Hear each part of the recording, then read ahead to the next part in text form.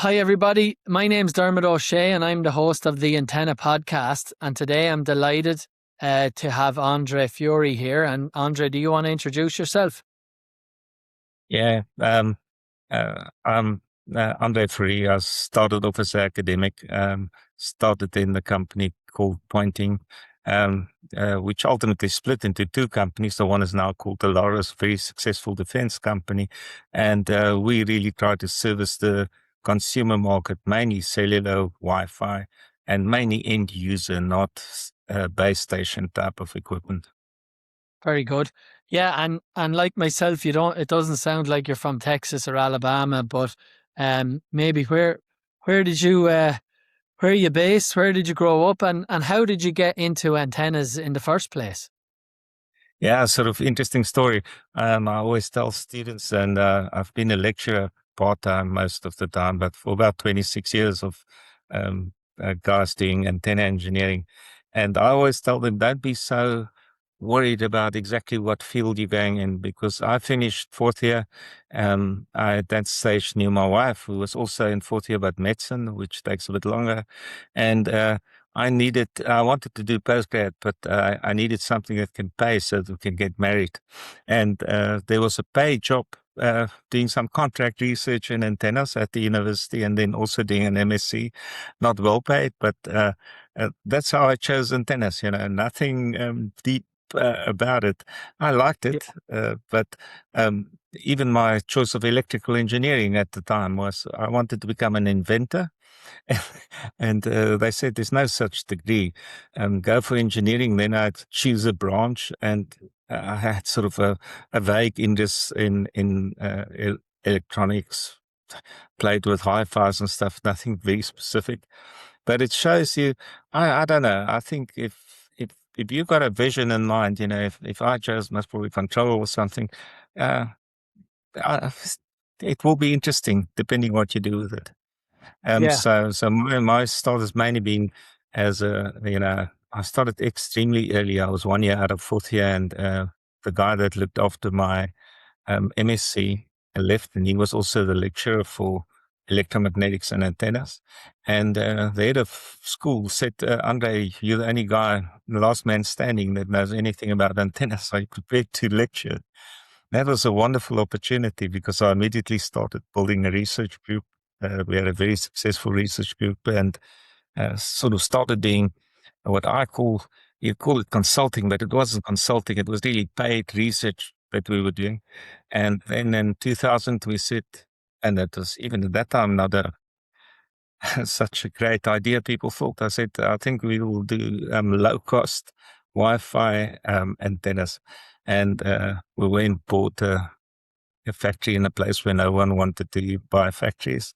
Had a lot of graduate students and started the company, not really quite knowing where we're going to go, and doing everything.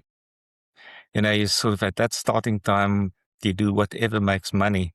So it wasn't very well focused in the beginning, but then split up in between what we call the consumer side and the defense side. Defense side we were involved with because much of our R&D, not R&D, the actual research that was funded at Varsity, I got the students' money via military contracts. I think the same often happens in the States.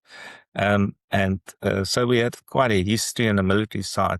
So it was much more mature and always did extremely well. But we realized we needed to split it because the military side was often paid for developing the product and then delivering it. And while we had it as a combined thing, they were just drawing all because, cash flow is always a crunch. So everyone just gets drawn to finish in the next project. And to develop real commercial antennas without any funding, you need actually, so we split the two apart so that some of the engineers would now do what doesn't bring immediate money, which is develop new products. And that's sort of how it went. Uh, Listed yeah. in The military 2008, but the military that was projects take a long time, right? They're paid, but it takes you a long time to get into production to deliver cash flow, as you say.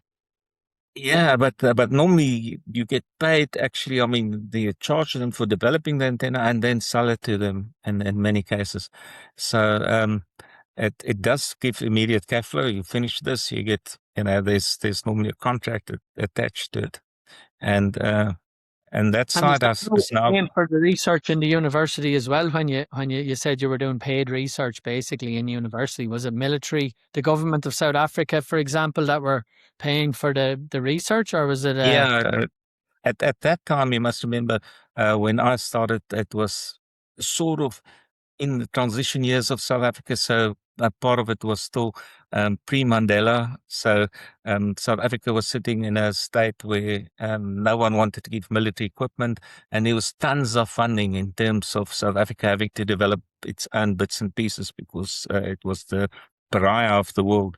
So it's a hell of a lot of engineers were actually created or formed in that period because it was exciting in the sense that we were doing stuff that most probably wouldn't have been done if we had access to the normal military markets.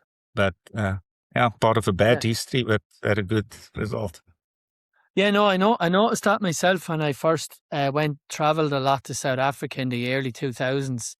There was a lot of tracking companies. There was a lot of companies in the wireless area, and a lot of the engineers had come from a military background, or Military, yeah. yeah, yeah. So So for a we lot were of lucky. We had actually we mm, had a rich talent in terms of call it engineers, well schooled on advanced design techniques and so forth, and getting them into the commercial side was a pleasure. They were there, they knew what they were doing, so it worked yeah. out well.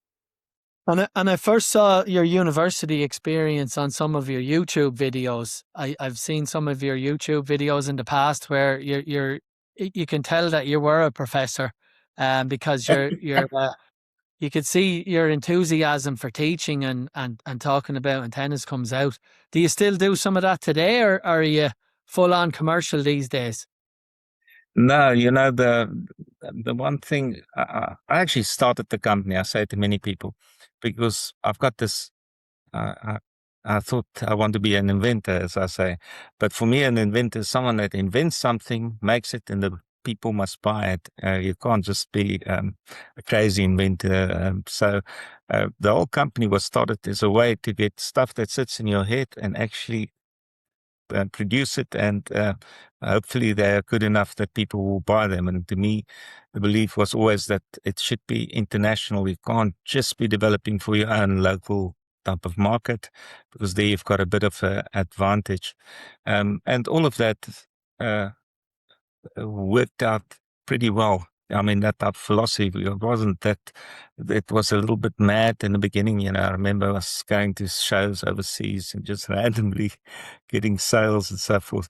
We most probably start much earlier than one should have.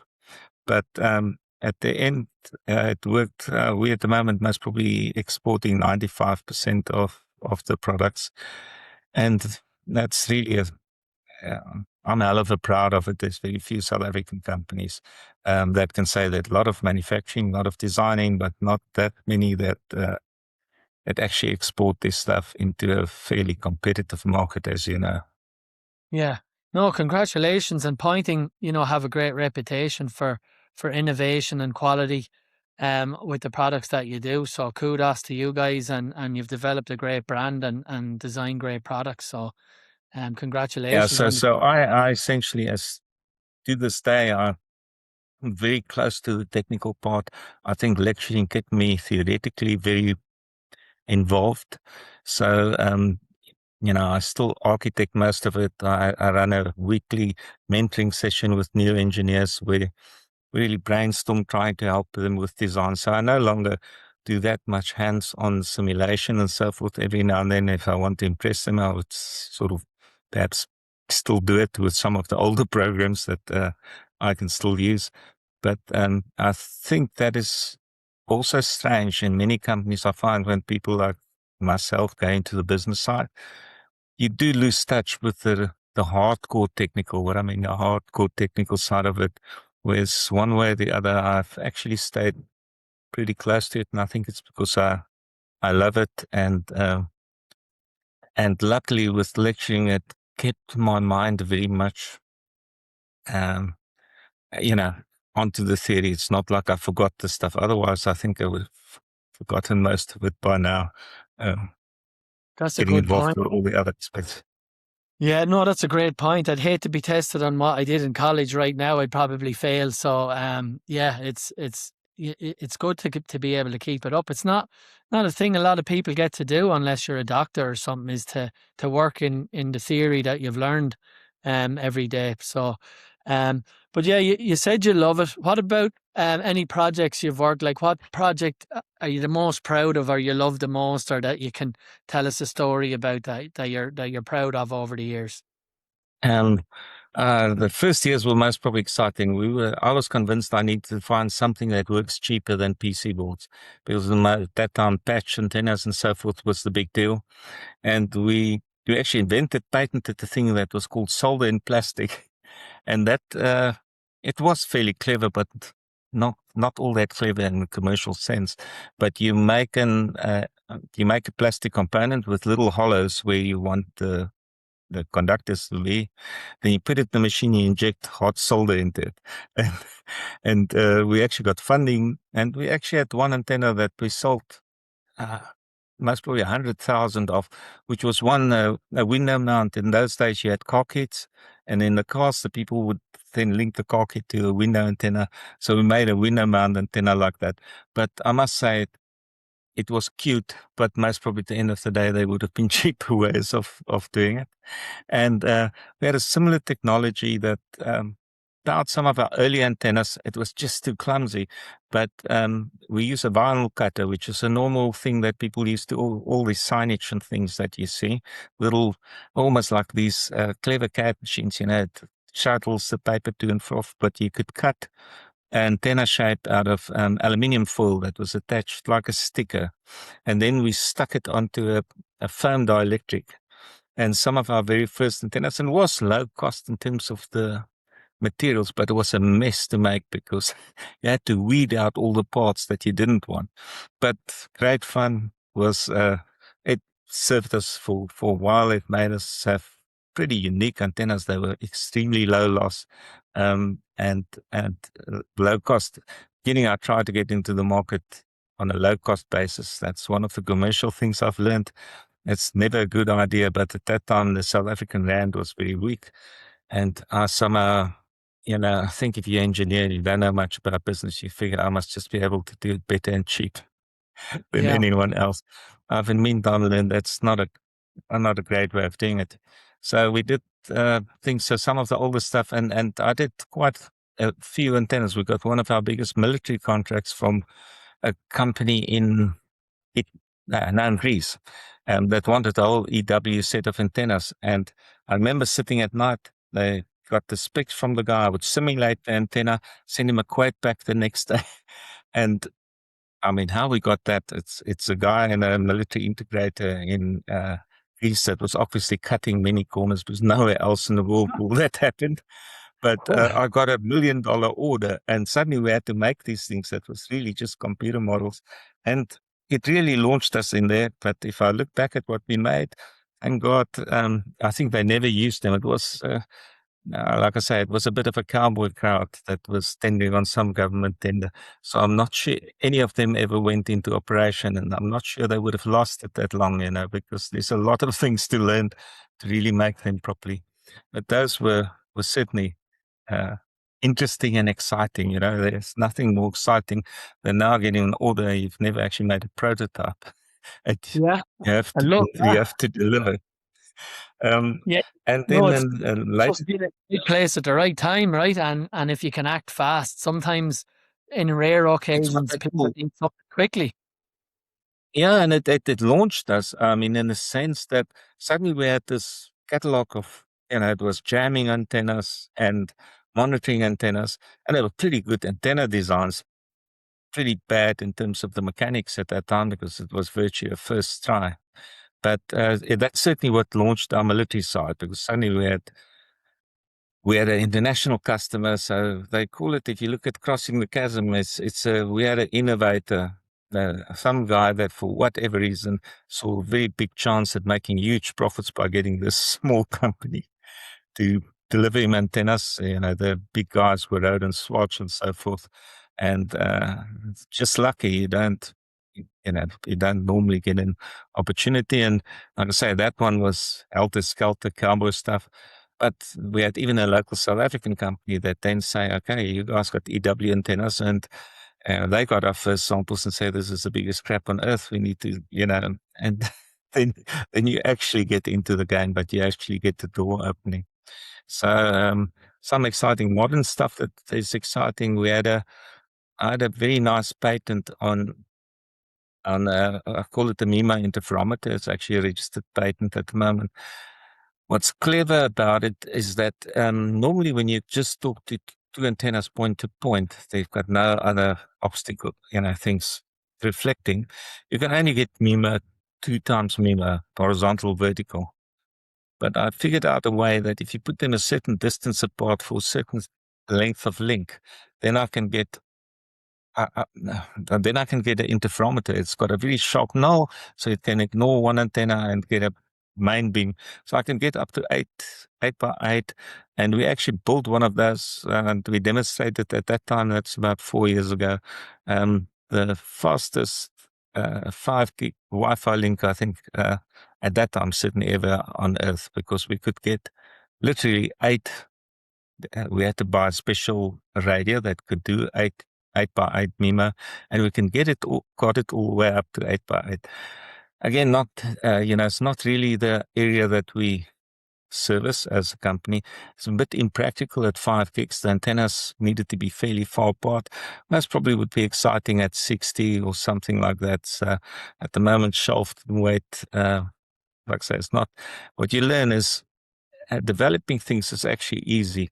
Developing markets is a hell of a lot more difficult. So I've learned, great, you can get a fantastic idea, like in point-to-point links. But if you're not in that market or anything like that, most probably better to develop it for someone else and let them sell it, because you can't just start selling something. I say, developing a distribution chain and is a lot more effort than developing the product would. And then, of course, my favorite one, I remember you mentioned it, one of the earliest things we did is electromagnetic bomb. There was a military contract out, and they wanted to use like a very powerful electromagnetic wave to disable planes or any form of electronics. And this thing was the most exciting stuff we ever worked on, because what you do is you actually start off with what they call a flux compressor. It's like a very flat, wedge-shaped coil, just a single turn coil. You pump as much current in as you can, and then there's an explosive P4, and it explodes, and it compresses. As it explodes, it brings the two sides together, making a smaller and smaller area. As it gets to the end, you charge your capacitor, and then you do a very, very fast breakdown in that capacitor onto a tapered transmission line to push up the voltage. But at that time, our calc showed that you can get about 140 gigawatt pulse for 10 to 20 picoseconds. So that's more than the whole power production of South Africa. But of course, just 10 to 20 picoseconds. And we never made the full thing, but we experimented with some of it, and hell, damn it, what fun it was. I had friends in the high voltage side, and I mean, it was mind blowing, to get even parts of it to work. But that's certainly one of the most exciting ones. Even like I said, ultimately, it was typically also military funded, and didn't actually the bomb never got out. Perhaps it was a bit ahead of its time. I'm not sure. Ahead of its time, I guarantee you, like, they'd love to get their hands on that, and the Russians or the Ukrainians would love that right now, right? With all the drones that they're using and all the jamming systems they're working on. Yeah, no, when you said you did an electromagnetic bomb to me, I was like, that sounds like fun. Even the name sounds like fun.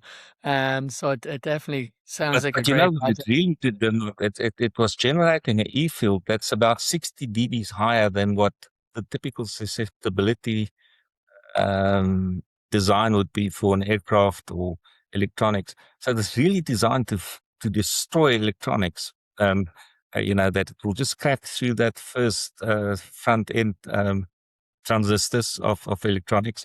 And I mean, we did part of this one test in the lab. We had it in a shielded anechoic chamber. Um, but I remember we forgot. I mean, the first one, not with the explosive. That was just doing the that very fast breakdown pulse. And I at that time had like a quartz watch, and the thing was dead afterwards. And it was interesting. What never too sure what perhaps even at those high levels, many things will still survive, but certainly most of the comm systems would go on any aircraft because they're exposed via their own antennas. But it was fun stuff. Yeah, that sounds great. Well, look, something we like to do here on the Antenna podcast, Andre, is just have a quick deep dive into a technical topic of your choice. So maybe, yeah, and I'm sure you have a lot of them, especially coming originally from academics, but I'm sure you're well able to give us a quick insight into something technical. So I'll hand it over to you. It- The the topic that really is for me at the moment as interesting is what I call holistic antenna design, and the name actually came holistic. Was actually defined by a South African. He won the Nobel Prize, a guy called Jan Smuts. And it says that the end result is much more than the sum of the parts. I mean, that's the technical definition of holistic. And what I realized, and we had a lot of complaints from obviously our resellers, because our antennas don't typically have always necessarily high specs. Because people think, antennas a bit like a car, you want a kilowatt torque, max speed, and so forth. And I realized pretty quickly that, for example, omnis with high gain is, of course, essentially bad omnis because you want an omnidirectional antenna to radiate in all directions. That's just a very simplistic example where we design things that radiate pretty well in all directions. That meant that the gain would be lower than a badly designed antenna because gain is not defined for all the directions. Gain is defined in the maximum. And that's when I realized that what I call holistic, it was almost natural to me to always look at what is the actual requirement, then design an antenna, then you start figuring out what's the specs.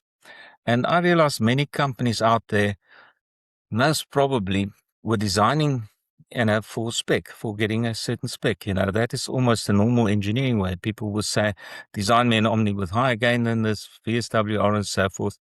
And I realized that, and not me, I actually recently spoke to a guy that uses our antennas at a racing track. They do an e-racing thing. And one of the nicest thing he ever said, he uses our pucks.